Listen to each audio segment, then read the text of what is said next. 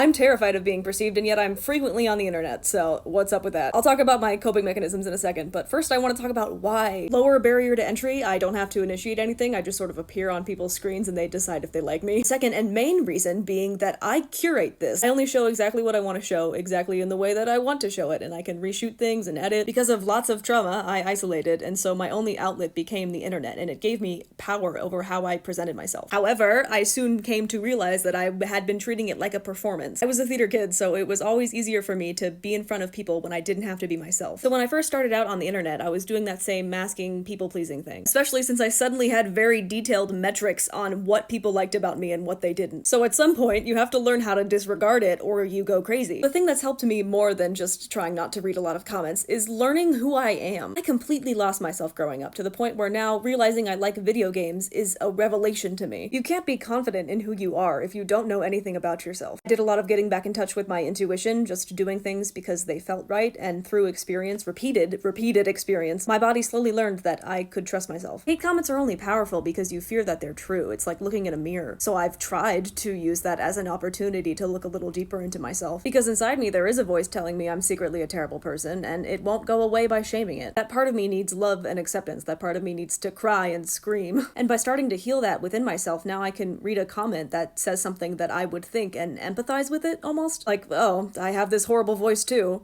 It's not true. At the end of the day, though, it's still hard. It will always be hard. You just have to be patient and kind with yourself, and slowly it gets a little easier.